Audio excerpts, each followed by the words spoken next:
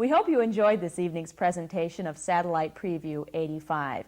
It was brought to you with the best wishes of Luxor North America and Caltronics Incorporated. If you would like to see more of this type of programming, you are encouraged to contact your area Luxor or Caltronics dealer or distributor. Stay tuned, Satellite Showtime is just ahead.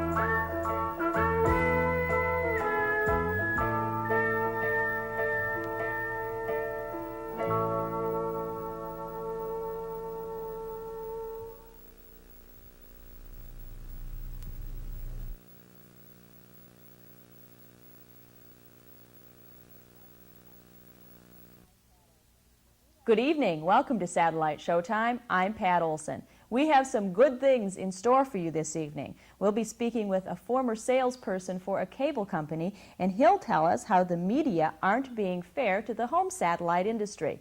That's ahead on Satellite Showtime. Stay tuned.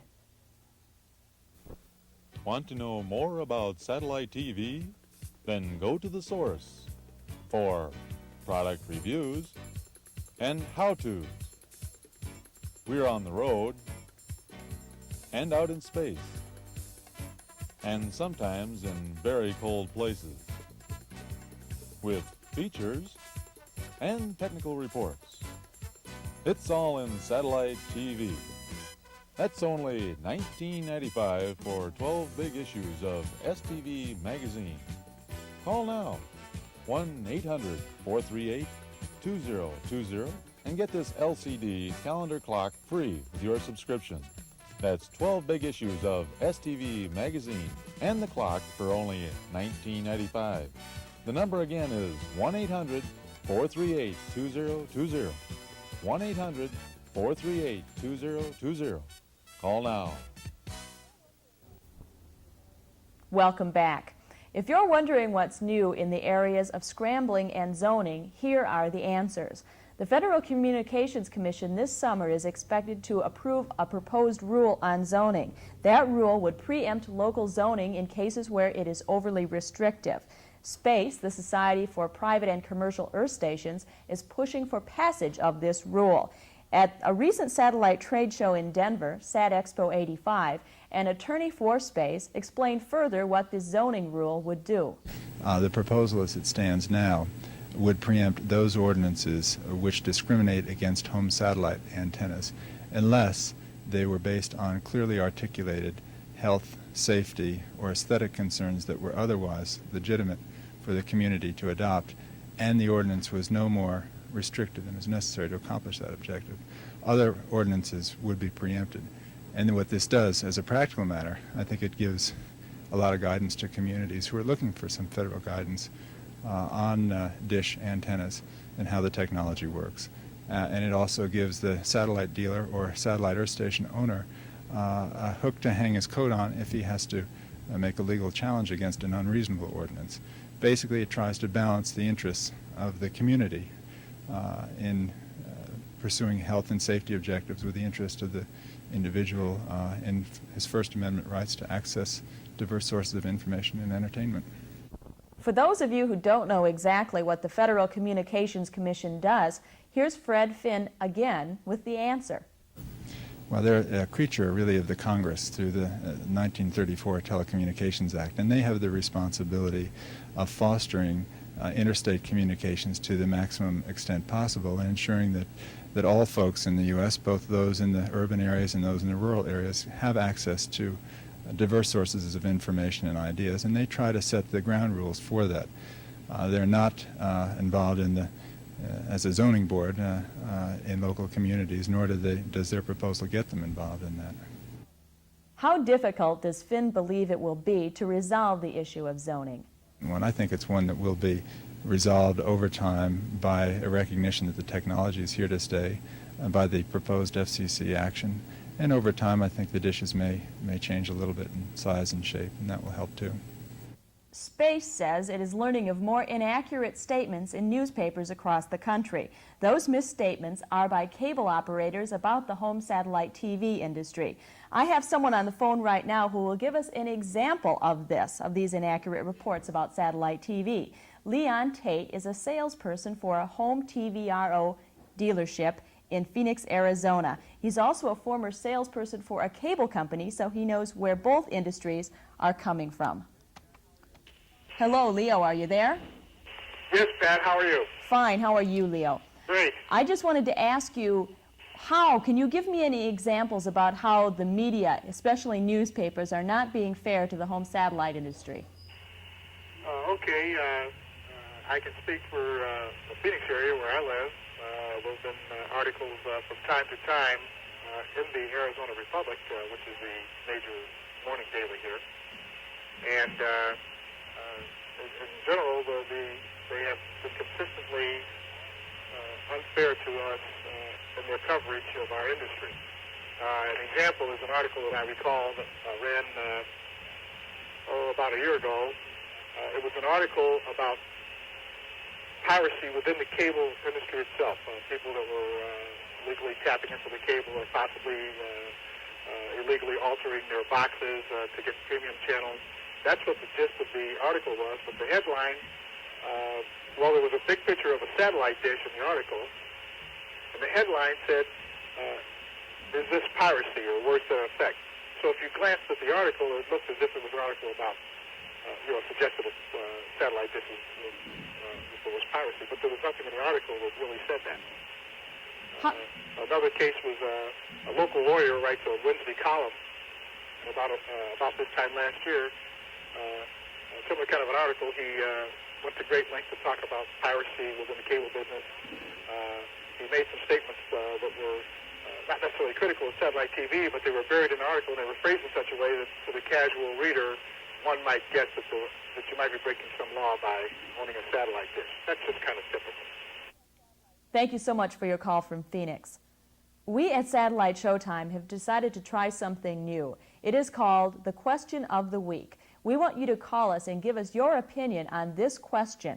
The question of the week is, Do you feel the media are being fair to the home satellite industry? And if not, what would you like to see the media do differently? Call us tonight with your answer to that question. Our toll-free number is 1-800-826-5285.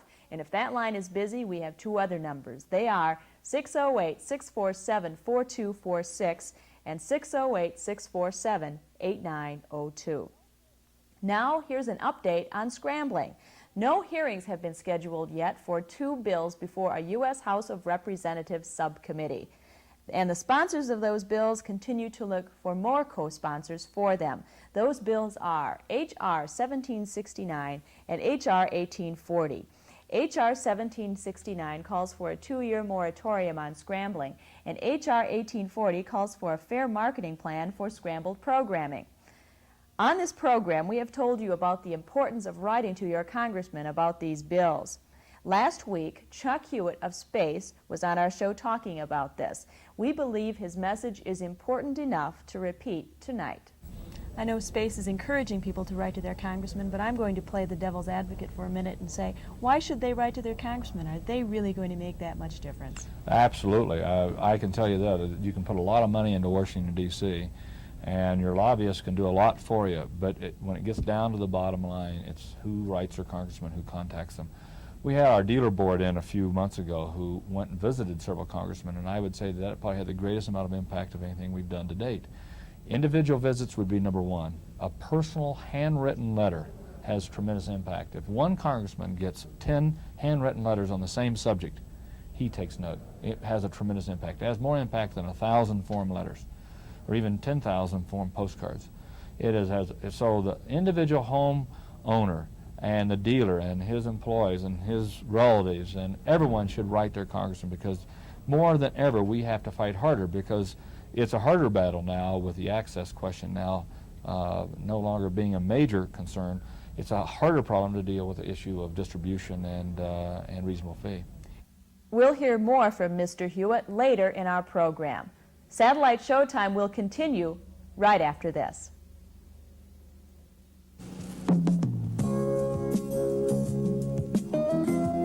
Are you confused about satellite programming guides?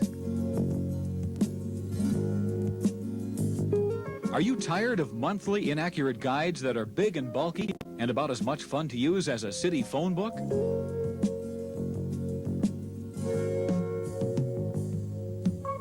How about tabloids with hard-to-read print, incomplete movie listings that are about as easy to use as a road map?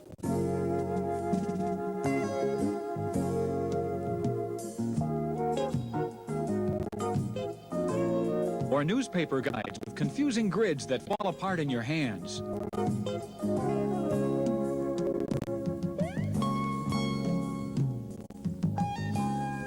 There is an alternative. Onset, the easy-to-read, easy-to-use weekly programming guide with more movies and sports.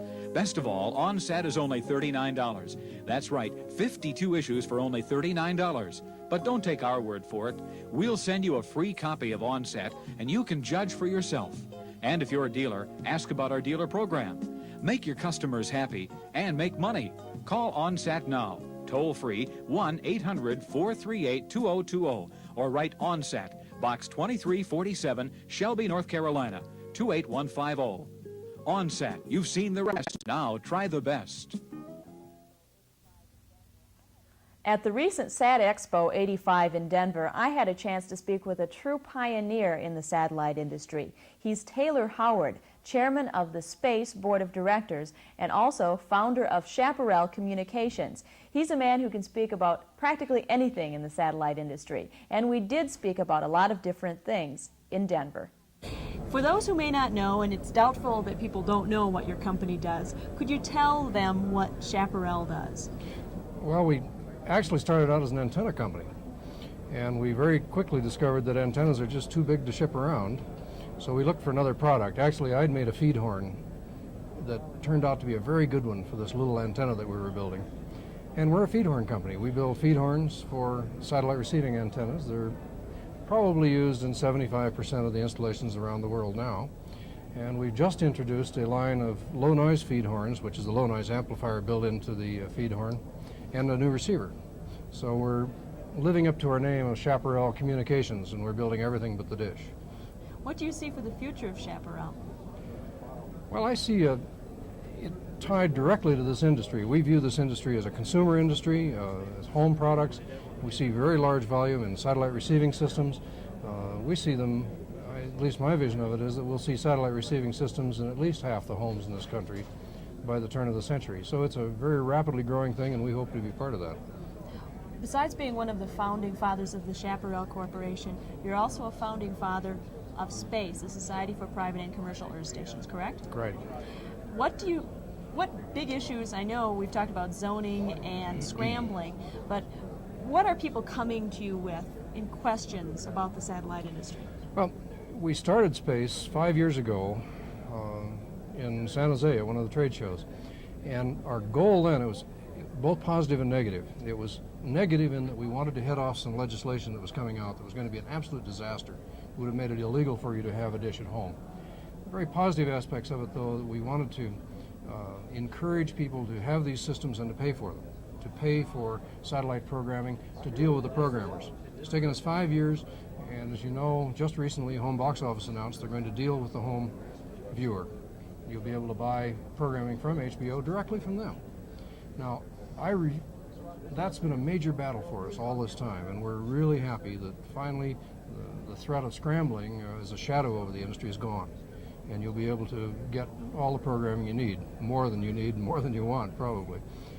The primary thrust right now is to make sure that we get legislation or guarantees from the cable companies and from the suppliers that we get good price, that the home satellite viewer is not penalized for being outside a cable area or is not a second-class citizen in terms of the information they can get. We've got 2 bills in Congress right now that are aimed toward that. We see movement among cable companies and among the suppliers that are going to assure that people live like I do, rural people, will have the same access to information that everybody else in the country does. Now, that's the primary thrust. Another one, in working with the FCC, is to cut down on restrictive zoning so that you can have a dish in your yard and they can't zone against it because it's a dish. They have to use the same standards of zoning as if it were a garden building or a shed or something like that. They can't keep you from having a dish just because somebody doesn't want you to have a dish. And that's moving very well. I think that those things are going to be quite positive this year. We're getting a lot of activity right now from cable companies that are worried about satellite antennas. They view them as competition, they view them as destroying the cable business, and I really think that's a knee-jerk reaction. It's wrong. I just spent last week with Chuck Hewitt in Dallas. We did quite a bit of PR work on local radio stations and TV stations, trying to educate people, including the cable companies, on how a dish is different, how it's a positive thing. For instance, cable can provide local news, local events that you can't get any other way. A dish can provide sports like the Philadelphia team when you live in California, things that cable will never be interested in providing. So it's a natural that they go together. We see many people now getting dishes. About 40% of the industry's sales are in cabled areas. We see many of those people keeping their cable basic service, using the dish for the premium service, using the dish for things cable can't provide them. So that's the primary thrust in SPACE right now. It's the legislation to make sure that we get programming. I think we got most of that done. And it's the zoning work within the FCC to make sure that you have the right to build one.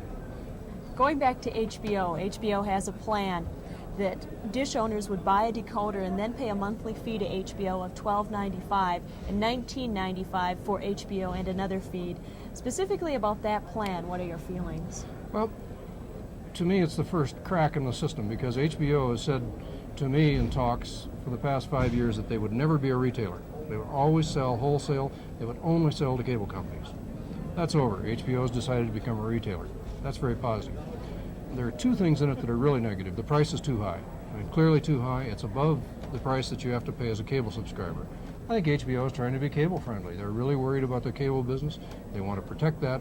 They don't want to do something that would cause people to dump their cable operator and go with a satellite dish. So they're caught in a trap. The other thing about it that is really bad is that within franchise areas you have to deal with a cable system to get the signal. You don't call HBO. If you live in a rural area outside of a franchise, you can call HBO on an 800 number, give them your credit card number, and they will authorize your decoder. within a cabled area or a franchise area, you have to deal with a local cable operator. That's very anti-competitive. That means that the cable operator can set the price. He can set it so high as to make the satellite system unattractive. That's no good. We need the competition. I understand that HBO would charge $12.95. If a cable company intervened, how much would the cable company get? Anything they want. But $12.95 would have to go back to HBO, or could... I don't know that. That's not clear to me. That's not clear to me. But the cable company could charge anything they wanted. They're suggested, I would imagine the $12.95 would be regarded, as we do in our business, as a suggested list price. And they could bargain from there. Okay. See, what happens in many cable systems right now is that people are getting a premium service or a package of premium services. It's very seldom you can buy from a cable system HBO alone. You've got to buy this package. So you get the package, and the package is $40 a month. And one cable system I happen to know of, the price just went up to $45 a month. And the local satellite dish dealer is offering satellite dish systems for $39.95 a month on a 5-year plan. So you can buy the dish, get all the channels for less than the cost of the cable subscription. That's what happens. And the cable people are caught in that they price too high. People will go to alternatives. And one of our goals in space this year is to make darn sure that that competition is there. Cable has never had any competition of any kind. It's been a locked-in system like a telephone. Now is the time for that competition. Okay. Any final thoughts? Well, we're going to see more subscribers, more suppliers deal directly with home subscribers. I think Showtime is about to announce a package. The NCTA show comes up fairly shortly, and that's normally the time when these things break loose and new and exciting announcements are made. But we'll see more suppliers. We'll see some other announcements too that really take some of the wind out of the people who would say that we're going to lock it up and just have our package and you'll have to subscribe to us to get the movies. That isn't true. You know, if you think that if all of the premium services scrambled, right now, there'd still be 250 movies a week to watch. That's an awful lot of movies. Thank you so much. Taylor Howard of the Chaparral Corporation and also the chairman of the Board of Directors of Space. Thank you. More of Satellite Showtime right after this. For a limited time only, you can receive Channel Guide for a special reduced rate. For just $9, you will receive 8 weeks of Channel Guide, a month of Galaxy One magazine, and the all-new 1985 Whole Earth Station catalog. That's a $20 value for just $9. Then close check and address, and you'll start receiving the original grid format for satellite TV. Due to this low price, no phone orders may be taken. Write today. Channel Guide, Department 808A, P.O. Box 1633, Englewood, Colorado, 80150. Do it today. All of us were brought up to date on the latest satellite industry issues at Sat Expo 85 in Denver. But for those of you Canadians in our audience tonight, here's a show coming up that's just for you. Satellite Symposium 85 will be held July 1st through the 3rd at the Skyline Hotel in Toronto. Speeches and open discussions run from 8:30 to 12:30 each day. Here are some areas to be covered: marketing, scrambling, consumer education, SMA TV, government legislation, and zoning bylaws. That's for you Canadians. Trade seminars will be held each afternoon for dealers and installers. Here's the person you can contact for more information about the show in Toronto. He's Malcolm Ward, and his phone number is 516-299-6184. That's 516-299-6184. Now back to Sat Expo 85 in Denver and a discussion with Chuck Hewitt of Space. As I've told you from all the viewer calls we've been receiving, scrambling is the utmost in people's minds right now. And I'm sure it wouldn't hurt them again to know what the status is on scrambling right now. Well, probably the easiest way to describe it is mass confusion. We do have some really good news. HBO's announcement of a little over a week ago stated that they were going to serve the satellite Earth station consumer. And I think that really removes a cloud that was sort of hanging over the scrambling issue, and that being whether or not we're going to have access. With HBO providing access, we're assured that all the other premium programmers will also provide for access. So I think that we no longer have to worry about whether or not we will or will not have access.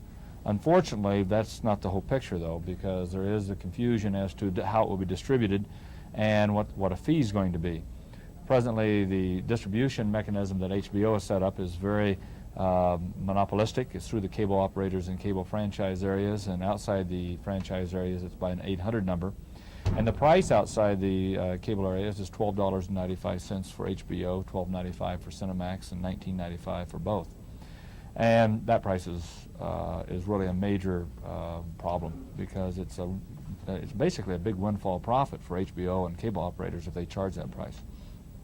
Cable operators charge cable operators are charged between $4 and $5 per subscriber by HBO, and HBO makes a profit on that. So now they'll be making a profit not on a $4 or $5, but on $12.95, which means they're making 8 and 9 times the amount of profit on an individual homeowner as they do a subscriber to cable.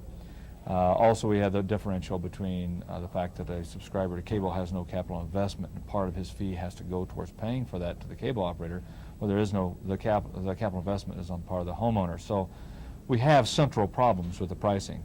There are many, many other actors in the game right now. Hughes Communications trying to put a package together to package a couple movie channels, sports channels, some other programmers, and offer that as a package to consumers. We have Canon doing the same, very same thing. Showtime is looking at doing it either individually or with packaging with other programmers.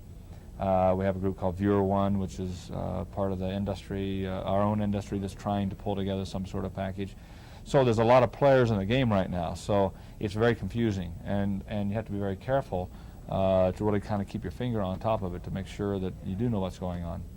I think it's safe to say, or for dealers to say, that the access problem is no longer an issue, that the skies are not going to go dark, we're going to be able to have access to programming. However, we do not know exactly how it's going to be delivered, that there are many, many companies vying to provide the service, and so we hope it'll be competitive, and when it is competitive, it'll be competitively priced. Have enough people been writing to their congressmen to encourage the passage of bills H.R. 80 and 1769? No, not at all. In fact, that's one of the things we're very concerned about. Right after HBO announcement, they went to Congress and went to our supporters and said that that there was no longer a problem, that they were providing access, and had almost convinced our supporters that the problems were over. Actually, those bills were addressing many issues, one of which was access, and of course that is no longer maybe a problem. But primarily the pricing issue and the monopolistic distribution is a very serious problem. There's no reason why we can't today evolve a system of delivery of communications to a total free enterprise system. What I mean by that is that there's no reason why a consumer shouldn't be able to select cable, VHF antenna, satellite earth state, SMA TV, MDS, or nothing as a choice of hardware to use to get satellite signals or TV signals, and at the same time for the what we call software, the programming, HBO and Showtime, that they shouldn't be able to go to the cable operator, to one of our dealers, to an electronics store, to Sears and Roebuck, or anyone who will competitively price those products, with a certain community. So we are hopefully evolving from a monopolistic system of delivery of communications to a free enterprise system, and there's no reason why we don't someday be able to offer that to consumers, and someday very soon. You mentioned before the interview that there will be a press kit designed by Space for dealers. Yes, we, as part of this whole problem, there's a dual problem: the problem of the actual what's going to happen with scrambling and legislation in the legal area.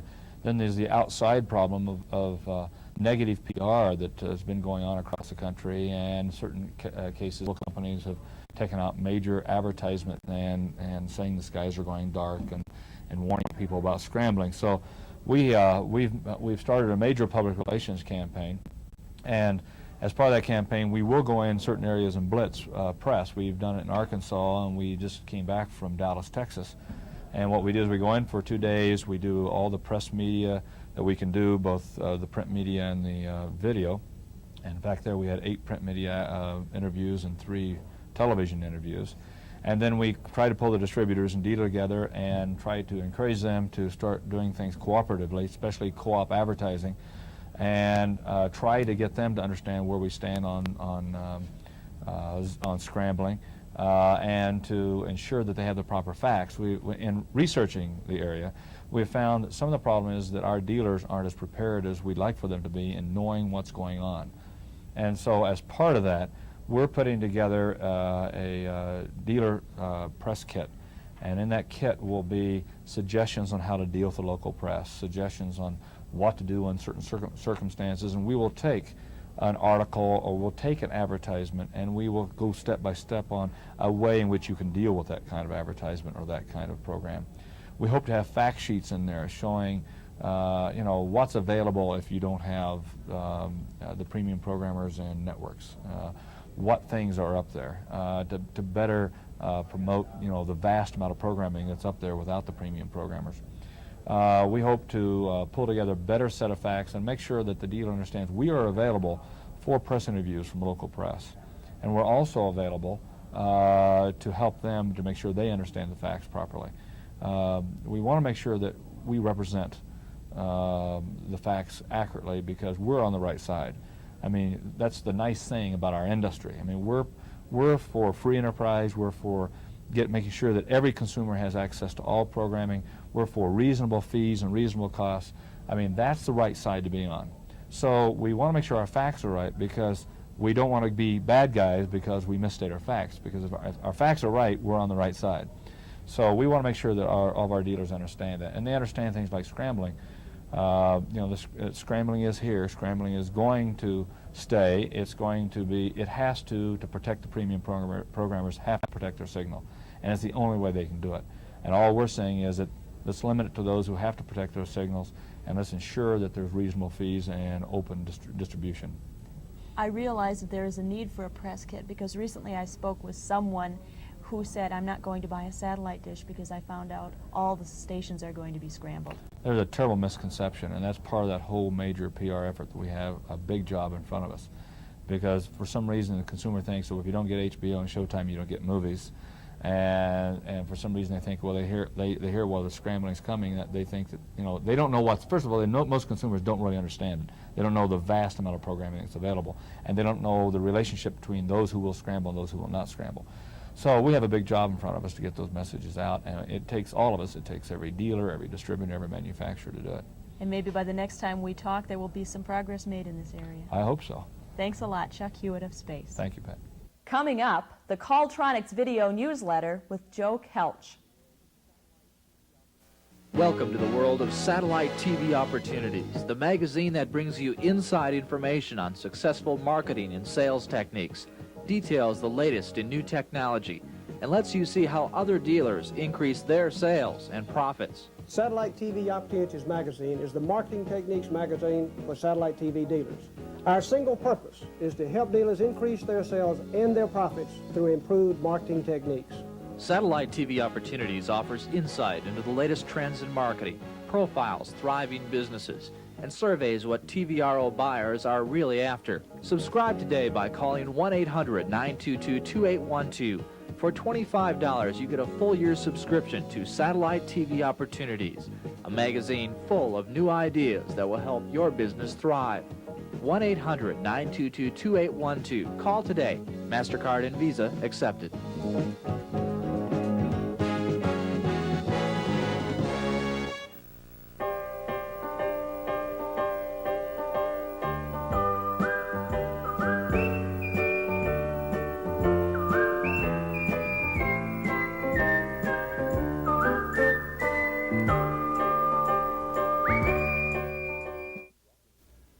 Good evening. We want to welcome you once again to the KTI video newsletter.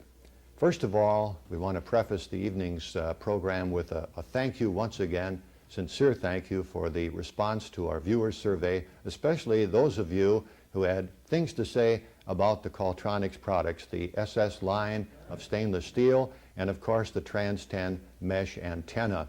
A special thanks goes out to the viewer, a consumer out in Las Vegas, who had especially nice things to say about the Trans 10, its performance, its appearance, and its economy. And we know that many of the Trans 10 receivers out there are reflecting the same comments from their owners. If you have comments about any products shown on this program from any of the advertisers, please tell them about it, write them, phone them, or mention it personally at the trade shows or wherever you might see the advertiser or their representative. We know they'll appreciate it too. Here's the cable trencher that you've always looked for, have never found until now.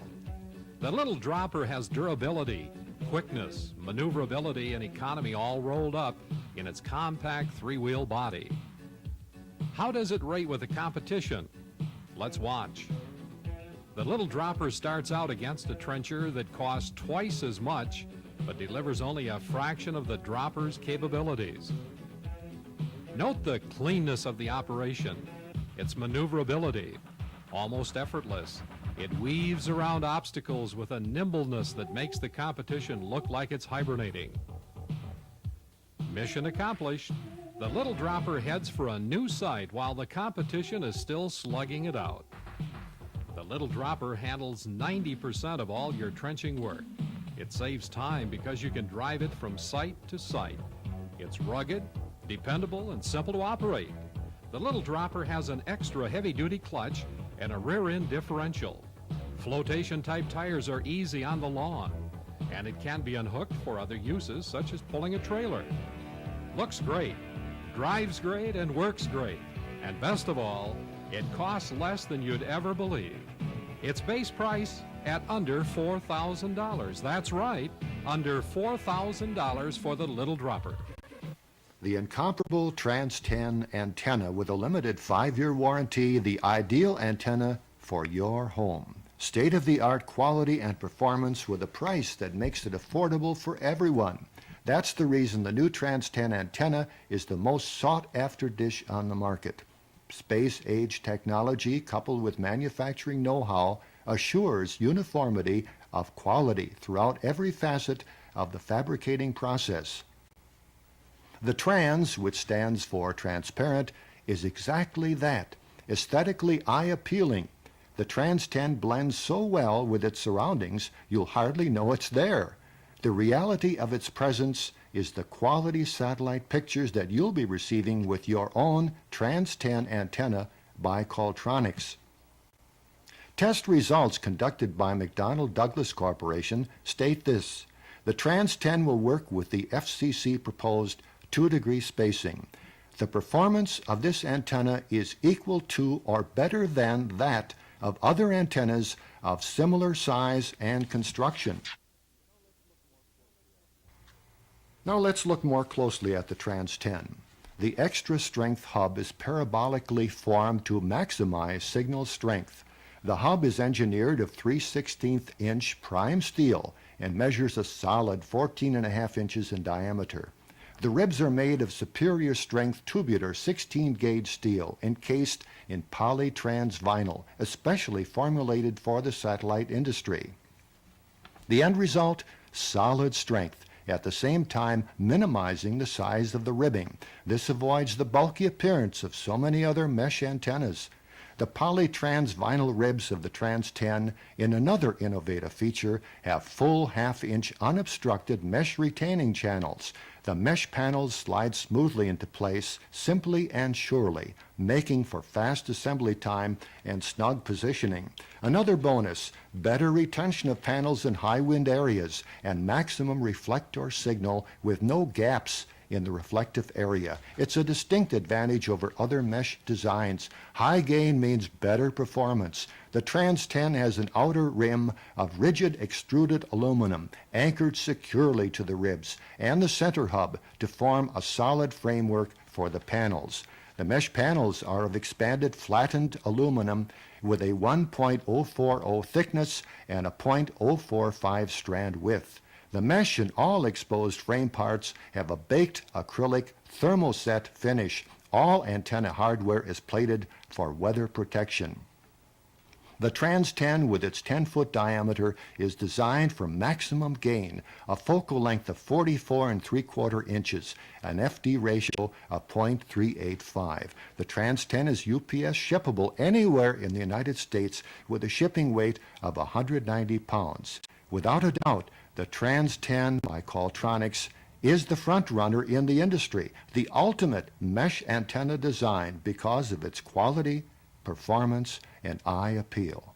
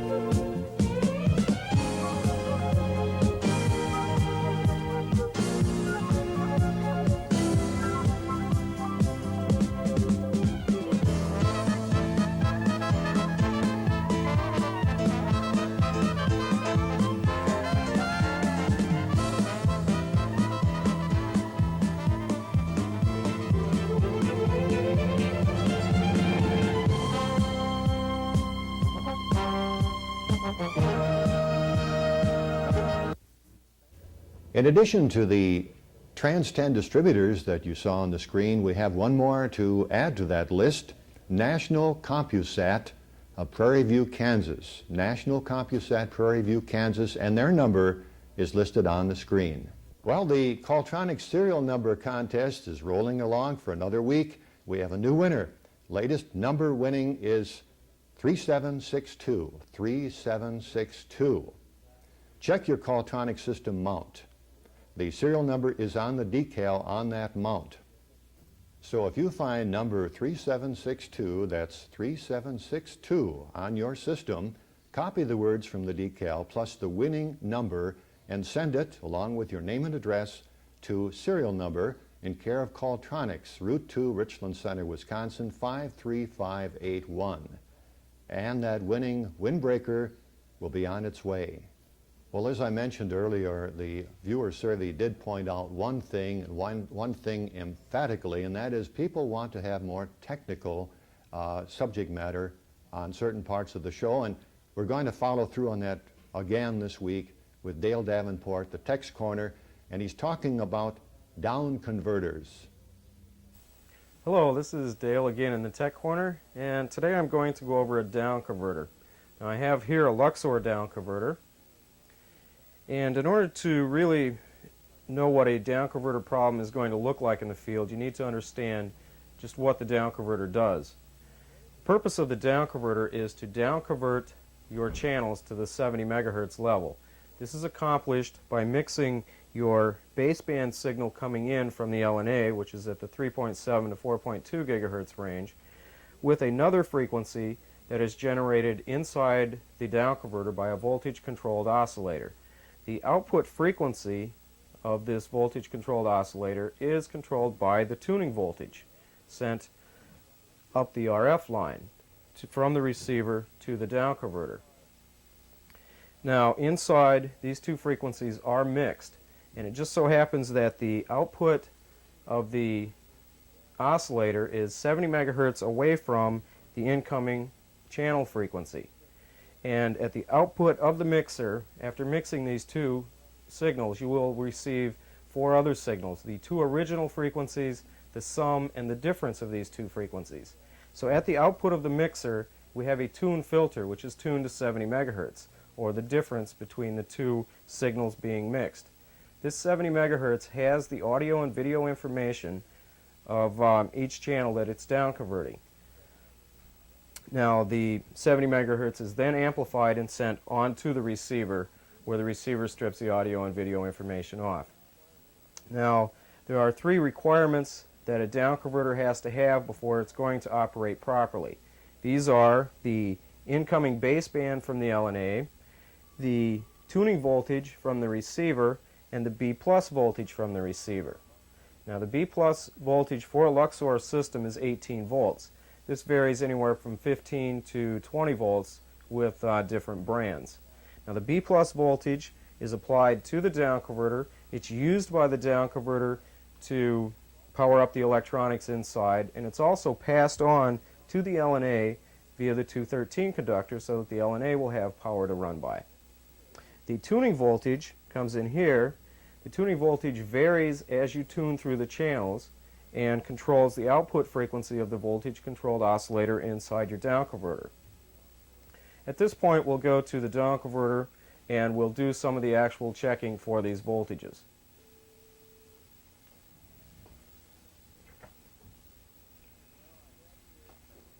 Okay, now I have here a down converter all hooked up. Here's the 213 coming from the LNA. Here's the 18 volts coming from the receiver, and here we have the tuning voltage coming from the receiver. Now I have installed DC passive splitters on both the 18 volts and the RF line. This will allow me to monitor the voltages on these lines without actually interrupting it. So at this point I can check, say, my B plus voltage. Now the first thing you should really do is disconnect the cable and make sure that the receiver is feeding up the required amount of voltage. As I connect my probe to the center conductor of this cable, I see that in fact I have 17.7 volts, which is more than adequate. I then reconnect it to the down converter, and what I will look for is a possible change in voltage. Now there should not be any substantial drop. If there is, you have a problem either in the down converter or the LNA. Now I have inserted a paper clip into the unused terminal of the splitter. This will give me a test point to monitor my voltage. I again check here and I have 17.6 volts, which is no problem. So I know that my B plus voltage is getting from the receiver into the down converter. Now I said earlier that the B plus voltage has to be sent onto the LNA to power up the LNA. I will now check for that. Disconnect your 213 cable and attach your probe to the center conductor here. And I see that I have 16.7 volts, which is more than enough to run the LNA. So I know that it is passing on power like it's supposed to. Now you may want to check at the other end of this cable to make sure that you don't have a bad cable if by chance the voltage is not getting to the LNA. Now the other requirement that you're going to want to test on the down converter is the tuning voltage. Again, I have this voltage run through a splitter which allows me to test it at the unused port. Initially I would check it by disconnecting the cable and checking for a voltage then, and then reconnecting it to make sure that there's no great drop in your voltage. I will just go to my test point here and I see that I have about 11.6 volts. Now this is the tuning voltage and it should vary as I tune the receiver. I will now tune up in channels and you can see that my tuning voltage is in fact increasing. Each channel will have a specific voltage that will be used to tune in that given channel. Again, if I tune down, the voltage will decrease. At this point, I know that the down converter is getting what it needs. It's getting its B plus voltage, it's passing the B plus onto the LNA, and it's also getting its tuning voltage here. So by rights, this down converter should be operating properly. And in fact, I do have pictures. It is a good down converter. Now these are two checks that can be made. Another thing is to make sure that you do have a good baseband input being fed to the down converter. And this can be done by making sure that the dish is aligned properly and that you do have a good working LNA. And that's about all there is to field testing a down converter. If these tests, say, test out bad or something, I would replace the down converter. If they test out good and still you can't find anything else wrong with the system, you may want to still try replacing it. But usually these simple tests will tell you if you have a bad down converter. And that's about all there is to testing a down converter. Next week we'll go over receivers, which will have a lot more testing involved in that. So until next time, this is Dale in the Tech Corner. Qualtronics is happy to be an authorized distributor and service center for the innovative satellite home electronics equipment by Luxor, a name synonymous with high technology. The Luxor 9550 remote control satellite receiver gives you total control over the satellite spectrum. 24 channels can be selected, fine-tuned, then programmed for automatic recall. 4 different audio systems, mono or stereo, can be selected in wide or narrow bandwidth for programming with any channel. A built-in stereo processor for both TV audio or stereo sound only eliminates the necessity for an add-on stereo processor. An RF modulator in the receiver provides easy connection to any TV set. The 9550 is not only a satellite TV receiver, it will feed a hi-fi stereo system with quality audio-only signals. You can also make professional quality VCR recordings via the audio-video baseband outputs. The Luxor 9534 antenna actuator. Now you can have fully automatic satellite selection at your command by remote control. The location of 30 different satellites can be precisely defined and programmed for automatic recall at the touch of a button. The unit is designed to interface with the Luxor 9550 satellite receiver. Introducing a new generation of electronic excellence. Now several TVs throughout your own home can have independent channel selection at the same time from a single antenna. Advanced block conversion plus high performance technology brings you quality pictures. Temperature sensitive components are in the receiver inside the house.